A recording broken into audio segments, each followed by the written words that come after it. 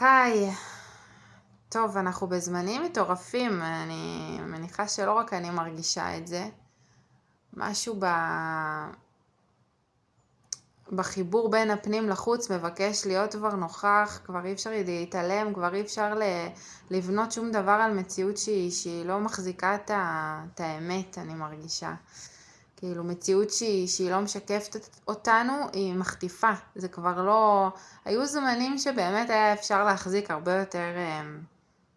בתוך דברים שהם לא מדויקים, אבל אני מרגישה שיש בקשה לתנועה כן. בכל אופן, מה שאני רוצה לגעת בו זה החשיבות הכל כך גדולה והשער שנמצא בלהאמין לעצמי. כי הרבה פעמים העיסוק שלי באמונה, הרי כשאני רוצה לעשות שינויים ולזוז בחיים שלי להתקרב למי שאני, זה יבקש ממני לעשות שינויים. והשינויים האלה יבקשו ממני אמונה, כי זה שינויים וכיוון שאני לא מכירה, אני מדברת על זה המון. אז זה, כמובן שאני אצטרך פה אמונה. עכשיו, הרבה פעמים כשאני אצטרך אמונה, אני אלך ואחפש אותה בדברים שהם מחוץ אליי.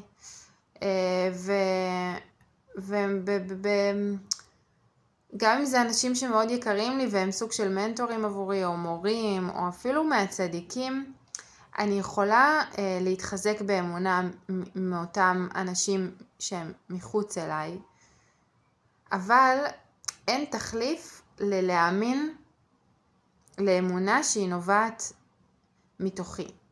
עכשיו, מה זה האמונה הזאת שנובעת מתוכי?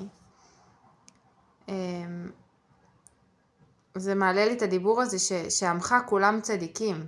כאילו גם אני יכולה לקבל אמונה מהצדיק ומחיבור לצדיק, ואני לדוגמה מאוד מאוד מתחזקת מחיבור לצדיקים. אבל בכל אחד מאיתנו יש בחינה של צדיק. כי צדיק, וזה דיבור של אחת מהמורות שלי, שאני כל כך מחוברת לדיבור הזה, שצדיק זה מלשון מצדיק. מי שמצדיק את מה שקורה לו במציאות, זאת אומרת מצדיק את המגבה. זה העניין של לגבות ולתת גב לדברים שקורים לי, ולדעת שהכל זה בהשגחה ועבורי ובשביל הטוב שלי. זה צדיק. וכשאני נמצאת מתחברת לנקודת צדיק שבי או צדיקה, אני בעצם מתחברת לנקודה שמצדיקה ושמגבה. עכשיו, היא מגבה את המציאות, אבל יש איזשהו חוק יקומי כזה, שכל דבר שאני יכולה לראות בחוץ, זה דבר שמתקיים בתוכי.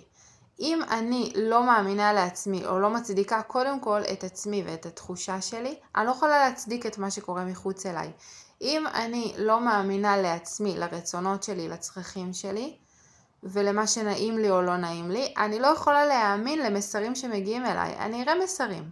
אולי זה יזיז לי קצת, אולי יזיז לי הרבה, אבל זה לא יתפס, כאילו, זה לא יתלבש על שום דבר.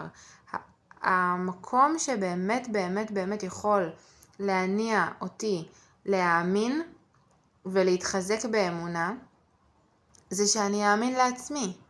עכשיו, מתי הכי קשה לי להאמין לעצמי? כשאני פוגשת משהו שלא מסתדר עם דברים עם אותה תדמית שהיא מאמינה שבחוץ יודעים יותר טוב ממני, שזה מקום ילדי ופצוע, שלמד לא להאמין לעצמו. והשינוי הזה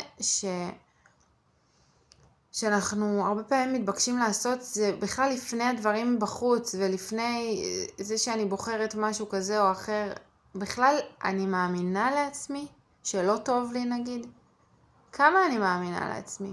כי יש את הלהאמין, ובאמת כשאני מאמינה, אז אני אראה שאני משהו מתגייס בי לאיזושהי פעולה. אבל אם אני כאילו אומרת, תשמעי, לא טוב לך, אבל, לא יודעת, אבל בסוף אני אשים לב שכשאני לא מגבה, שאני לא מצדיקה, שאני לא מתחברת לנקודת צדיק הזאת, אז אני חובה אני חובה קורבנות, ואני חובה שהמציאות קורית עליי, ובוודאי שמאוד קשה לי להאמין בבורא עולם, ומאוד קשה לי להתחבר למקום של תפילה, כי אני בעצמי מול עצמי בעולם הפרטי הפנימי שלי, יש שם איזשהו נתק.